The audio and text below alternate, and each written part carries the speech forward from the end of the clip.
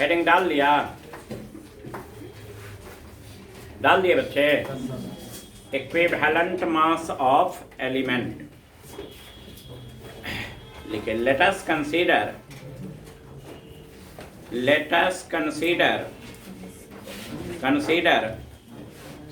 an element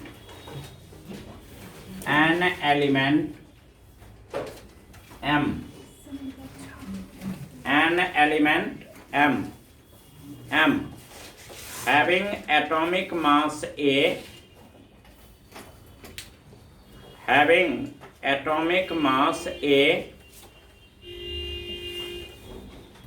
and valency V, और उसकी valency कितनी है बच्चे? एटॉमिक मास कितना है और वैलेंसी का अर्थ होता है बच्चे कंबाइनिंग कैपेसिटी। क्या होता है?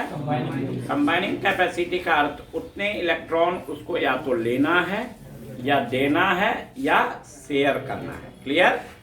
अब सारे बच्चे मुझे बताओ कि अगर एलिमेंट m की वैलेंसी भी है, क्या है, तो उसको कितने इलेक्ट्रॉन की आवश्यकता? भी।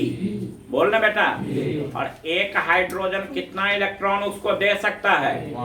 एक। तो बच्चे भी इलेक्ट्रॉन के लिए कितना हाइड्रोजन लेना पड़ेगा? भी। बात समझ गया? m का वैलेंसी कितना है बाबू? भी। m का वैलेंसी बोल बेटा। और बच्चे m की वैलेंसी अगर भी है तो m की कंबाइनिंग कैपेसिटी यानी उसको कितने इलेक्ट्रॉन लेने देने या शेयर करने की जरूरत है। और हाइड्रोजन का एक एटम कितना इलेक्ट्रॉन दे सकता है? तो बच्चे भी इलेक्ट्रॉन के लिए कितना हाइड्रोजन? यानी प्रॉब्लम ये जानता है ना रे बच्चा, 1 रुपया में 1 आम तो 10 रुपया में 10। तो एक हाइड्रोजन 1 इलेक्ट्रॉन दे सकता है, यानी 1 इलेक्ट्रॉन 1 हाइड्रोजन। तो बच्चे भी इलेक्ट्रॉन के लिए कितना हाइड्रोजन? यानी प्रॉब्लम। अब जरा देख बेटे, जरा देखो m प्लस भी h, इससे क्या बन गया बच्चे? MH भी बन जाएंगे। m की एटॉमिक मास क्या है? भी। गुने क्या बच्चे? और ये क्या? यहां तक सब बच्चा समझ गया? क्योंकि जब भी रिएक्शन होता है किसके टर्म में? मोल। बोलना। m का एटॉमिक मास A, तो 1 मोल ऑफ m के लिए क्या लिखोगे? 1 ग्राम। 1 मोल एटम का मास, ग्राम एटॉमिक मास। बोलना। तो भी मोल हाइड्रोजन का भी गुने उसका ग्राम एटॉमिक मास। यानी प्रॉब्लम। अब जरा गौर से सुन बेटे, सिंस भी ग्राम ऑफ हाइड्रोजन, भी gram of hydrogen added with, add कर रहा है कितने के साथ बेटे?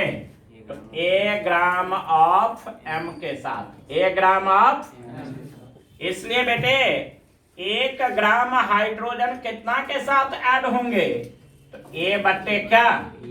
भी ग्राम ऑफ m के साथ। A बट्टे। ये सारे बच्चे क्लियर हो रहे हैं? अब मुझे बताओ बच्चे, पिछले क्लास में आपको डेफिनेशन बताया गया था इक्विवेलेंट मास का। हमने क्या कहा था? 1 ग्राम हाइड्रोजन के साथ, किसके साथ? कितना मास किसी एलिमेंट का ऐड होगा, वह मास उसका क्या कहलाता है? Equivalent mass. तो 1 ग्राम हाइड्रोजन के साथ कितना मास ऐड हो रहा है? इसलिए इस एटम का इक्विवेलेंट मास बोल। तो बच्चे आपने एक फॉर्मूला यानी ट्रिक्स प्राप्त कर लिया अब मन से कि आज के बाद आपको इक्विवेलेंट मास निकालना हो। क्या निकालना हो? किसका निकालना हो? एलिमेंट का। किसका? बोल बेटा। तो आप क्या करोगे? उस एलिमेंट का क्या लिख दोगे? क्या लिख दोगे? और उसमें किससे डिवाइड कर दोगे? किससे डिवाइड कर दोगे बेटा? Any problem? तो बच्चे इक्विवेलेंट मास बराबर किसके? एटॉमिक मास बटे। कोई तकलीफ किसी बच्चे को? अब लिख डालो।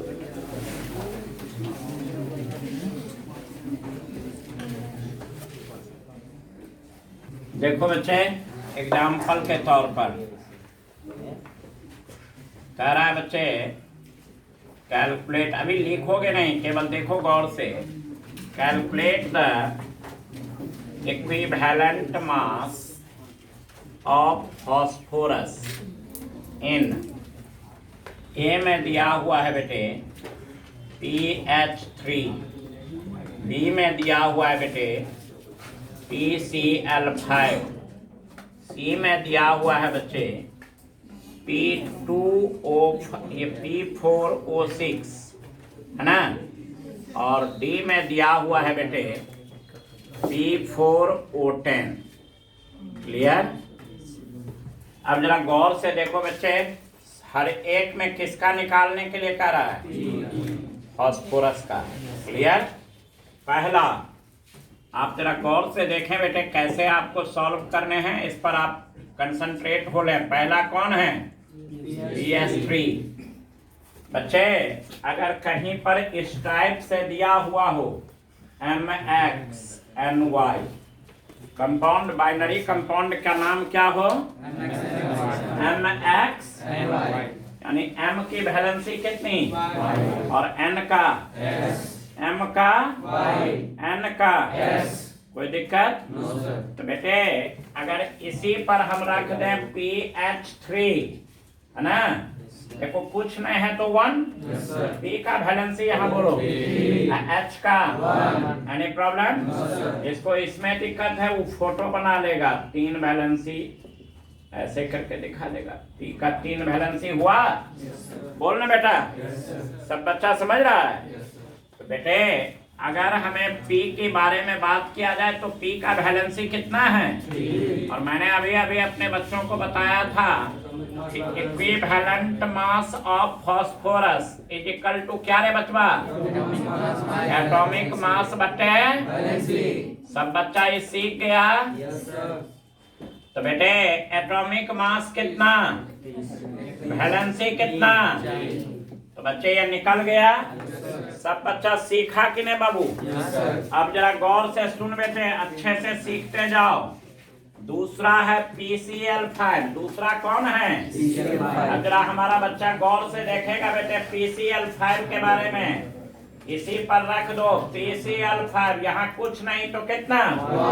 तो P की वैलेंसी बोल बेटे, Cl का, P का, तो बेटे इक्विवेलेंट मास ऑफ फास्फोरस क्या होता है बेटे? फॉर्मूला बोल, एटॉमिक मास बटे, तो बेटे एटॉमिक मास कितना बोलो ना, और डिवाइडेड बाय। आप देखो बच्चे फास्फोरस है, क्या है? दोनों केस में कौन है?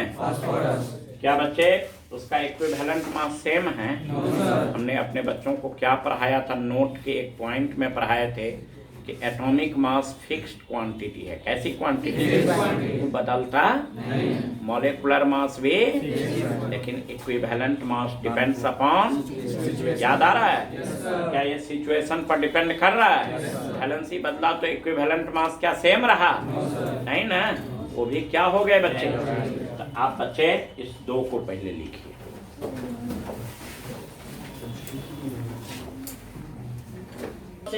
इसका सिंपल रेशियो बताओ, 2:3 बोलना। P4O6 का सिंपल रेशियो, P की वैलेंसी O का, एनी प्रॉब्लम? सब बच्चा इस बात से वाकिफ हो गए? P की वैलेंसी कितनी?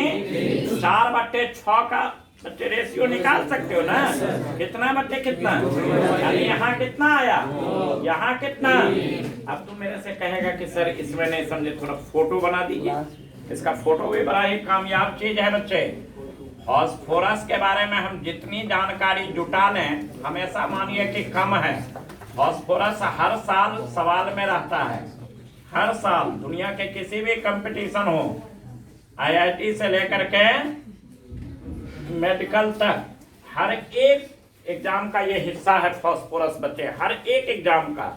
सो बच्चे फास्फोरस के बारे में तिनका को एकदम दिमाग में बैठा लीजिए बच्चे, कोई भी चीज मिस मत कीजिए फास्फोरस के बारे में, है ना?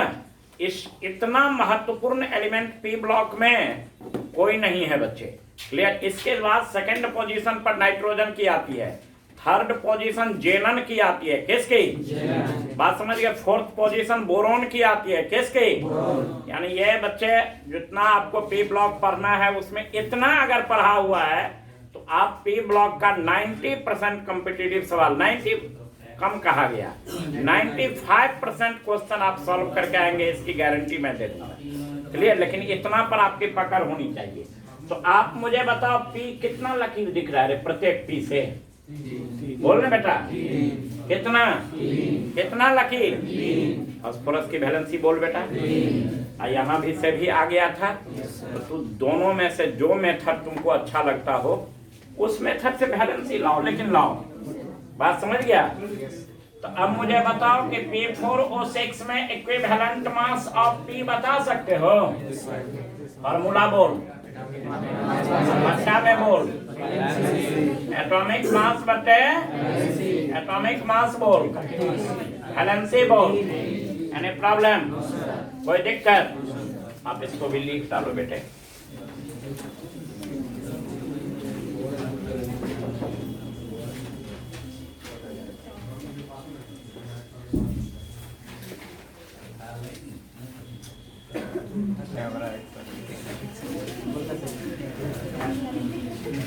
अब बच्चे P4O10 हो गया। अब ये क्या हो गया? प्रत्येक P के पास में लकीर की संख्या गिन तो बेटा। तो इक्विवेलेंट मास ऑफ P यहाँ पर कितना? 31 बाय। Any problem? अब इसको लिख डालिए।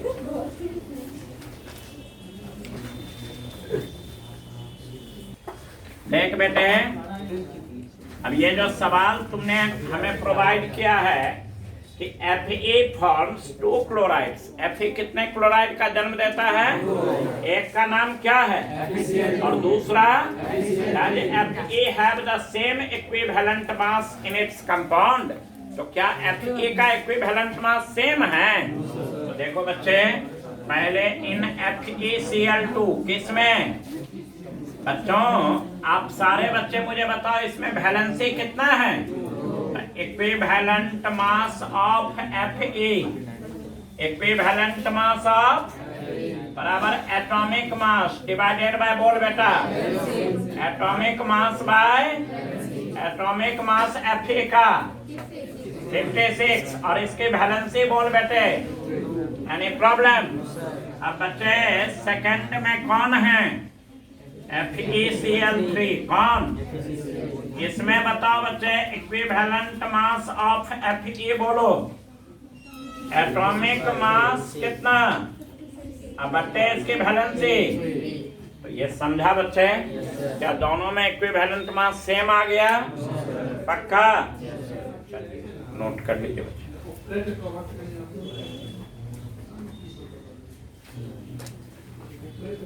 ऑफ क्या करोगे बच्चे? आयंस का। क्लियर? देख बेटे, यहाँ पर हमारे पास एक आयंस है PO4 क्या है? मैंने कहा था कि रिएक्टिव कौन होता है बेटे? एटम या आयंस या रेडिकल्स। आयंस PO4 ये रिएक्टिव क्यों है? 3- आयन चार्ज के चलते। किसके चलते? 3- चार्ज के चलते। अगर इस 3- को कहीं से 3+ मिल गया तो क्या बना लेगा? कंपाउंड, यानी नॉन रिएक्टिव हो जाएगा। क्या हो जाएगा? यानी PO4 की वैलेंसी बोलो, बोलना बेटे। वैलेंसी को निगेटिव पॉजिटिव नहीं बोलना है, वैलेंसी को निगेटिव पॉजिटिव। बात समझ गए? तो PO4 को बोलो कितनी वैलेंसी? बोलना। अच्छा बेटे, एक जगह लिखा हुआ था NH4+। क्या लिखा हुआ था? क्या ये बच्चे कंपाउंड हैं? क्या हैं? आयंस। इसको कितना रिक्वायरमेंट है? 1- का। बोलना। इसको किसकी रिक्वायरमेंट है? तो बच्चे NH4 की वैलेंसी बोल 1। फिर निगेटिव पॉजिटिव क्या बोलेगा? सीधे। Any problem? अब बेटे एक जगह लिखा हुआ था CuNH3 और ऊपर में लिखा हुआ था 2+। बोल बेटे, इसकी वैलेंसी कितनी? उम्मीद है कि अब आप सीख गए होंगे। क्लियर? एक जगह लिखा हुआ था FeCN6 और ऊपर में दिया हुआ था 4 माइनस, इसकी वैलेंसी बोल, यानी कितने चार्ज की इसको आवश्यकता है? 4 प्लस की। तो वैलेंसी 4 प्लस नहीं बोलना है, 4 माइनस नहीं बोलना है, सीधे क्या बोलना है? Any problem? प्लस माइनस को वैलेंसी में नहीं देना है बच्चे। Oxidation number positive, negative, zero, fractional, integral सब कुछ हो सकता है, लेकिन वैलेंसी ऑलवेज पॉजिटिव। बात समझ गए?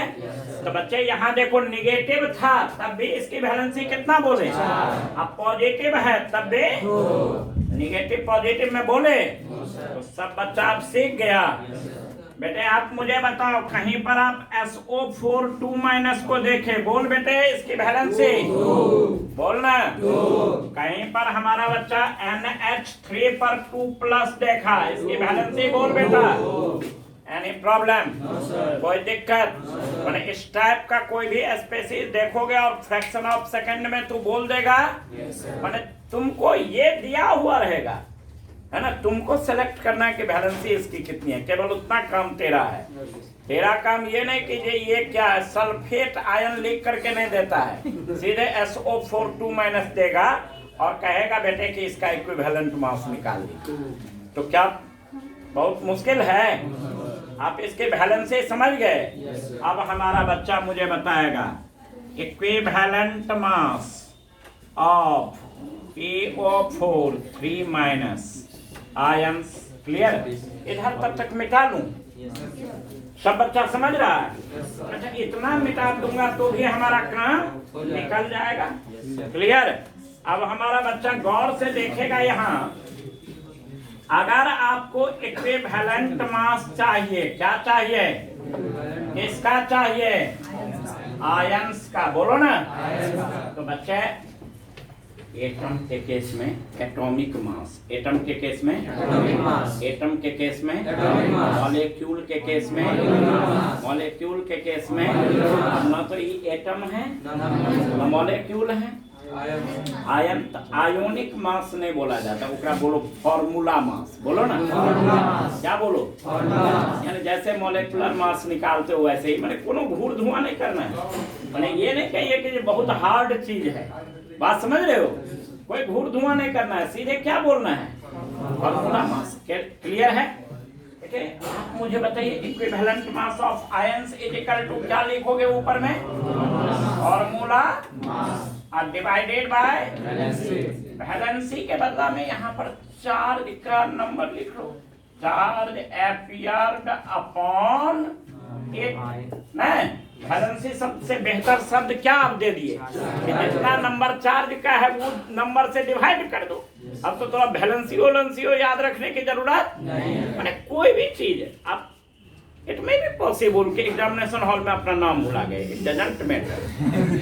मैटर है कि तब भी आप कैसे सवाल बना लो, मैं केवल वही चीज चाहता हूँ। मैं समझा? मैं ये नहीं चाहता हूँ कि तुम सब कुछ याद ही रखो, है ना। एक बच्चा इतना ना हड़बड़ा गया था कि अपना नाम, अपने पिताजी का नाम यही भुला गया, धोखा से मेरा नाम लिख दिया।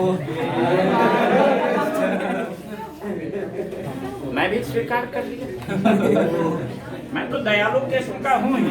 तो बच्चे इसका फॉर्मूला मास बता सकते हो? ए का एटॉमिक मास 31, बोलो ना। फास्फोरस का, ऑक्सीजन 16 गुने 4 64 और 31 95। अब बट्टा में क्या कर देगा? Any problem? अब बच्चे इसका निकाल सकता है इक्विवेलेंट मास। अभी देखते जाओ आराम से, इसको पहले लिख लिया है, इस फार्मूला को पहले लिख लो ना। इक्विवेलेंट मास ऑफ आयंस में ये फार्मूला लिख लो, उसके बाद में गर्दा छुड़ाते हैं।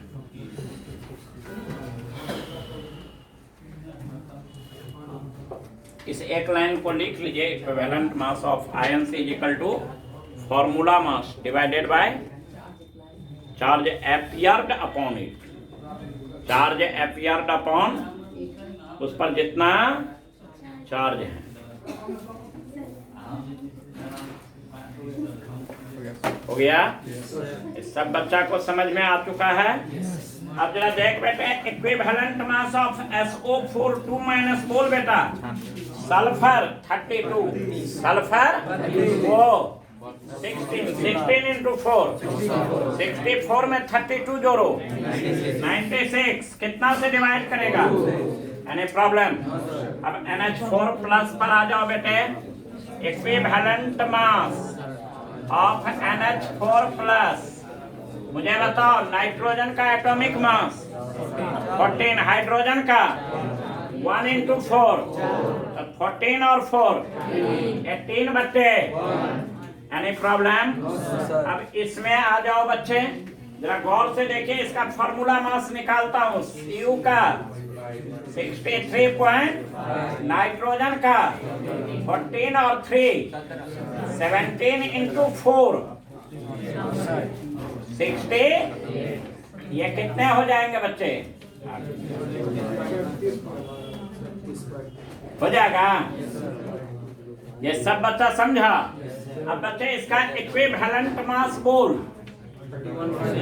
इक्विवेलेंट मास ऑफ CuNH3 4, इस पर कितना charge is equal two divided by, ये निकाल देगा बच्चा। Equivalent mass of element and ions का निकालना सीखा बेटे। स्टोइकियोमेट्री में ये बहुत काम आता है, इसलिए आना चाहिए आप सब बच्चे को इसका। हो गया?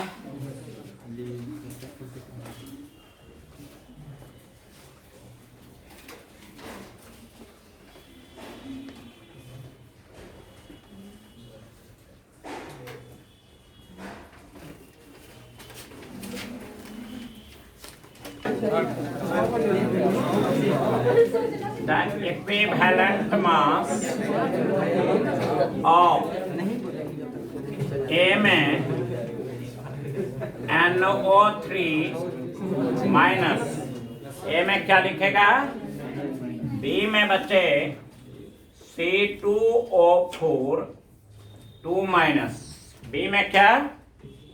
C में बेटे MnO4 2-, और D में बेटे NH3 2+। इस चार का सब बच्चे बना करके दिखाइए। आप हमें सब बच्चे ट्रैक्टर बना करके दिखाओ।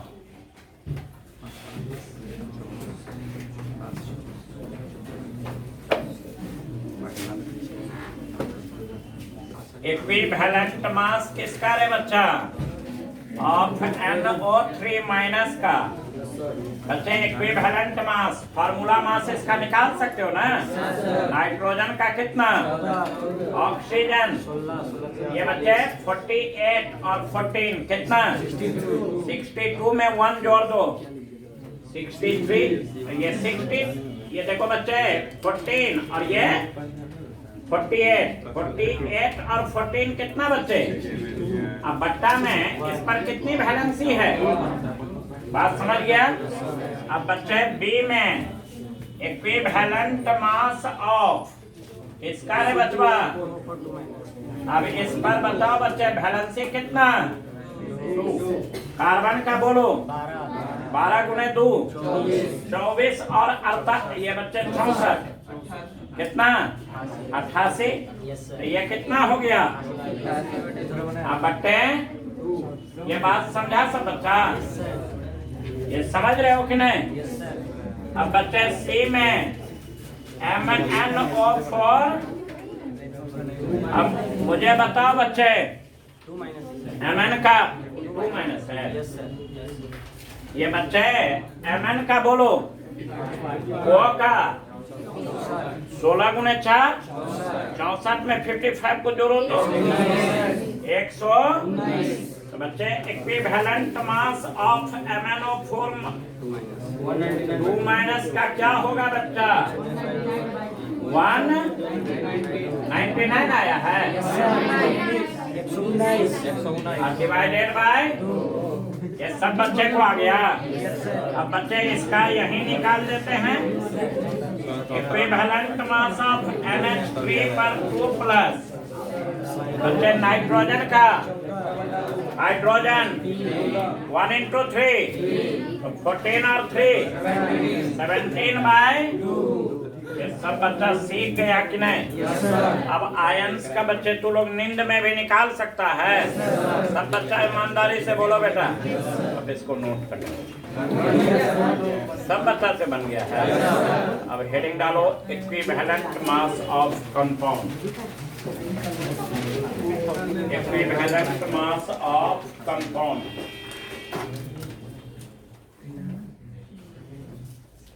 Equivalent mass of compound. Compound बच्चे एटम के केस में उसकी कंबाइनिंग कैपेसिटी कौन था? इतना इलेक्ट्रॉन वो लिया, दिया या शेयर किया, वह उसकी कंबाइनिंग कैपेसिटी थे। और वो कंपाउंड देख करके पता किया जा सकता था कि किस एटम की कितनी वैलेंसी और किसकी कितनी। बच्चे आयंस के केस में उस पर जितना चार्ज है सिंपली उसको क्या कह लेंगे? वैलेंसी। लेकिन बात किसकी उठती है? कंपाउंड की, कि इसके केस में वैलेंसी शब्द को कैसे डिफाइन किया जाए। क्लियर? तो बच्चे कंपाउंड के केस में एक शब्द हम लोगों को पढ़ना है, वैलेंसी फैक्टर। क्या पढ़ना है?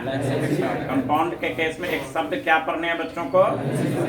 और बच्चे ये वैलेंसी फैक्टर क्या है ये ब्रेक के बाद नेक्स्ट क्लास में सीखेंगे।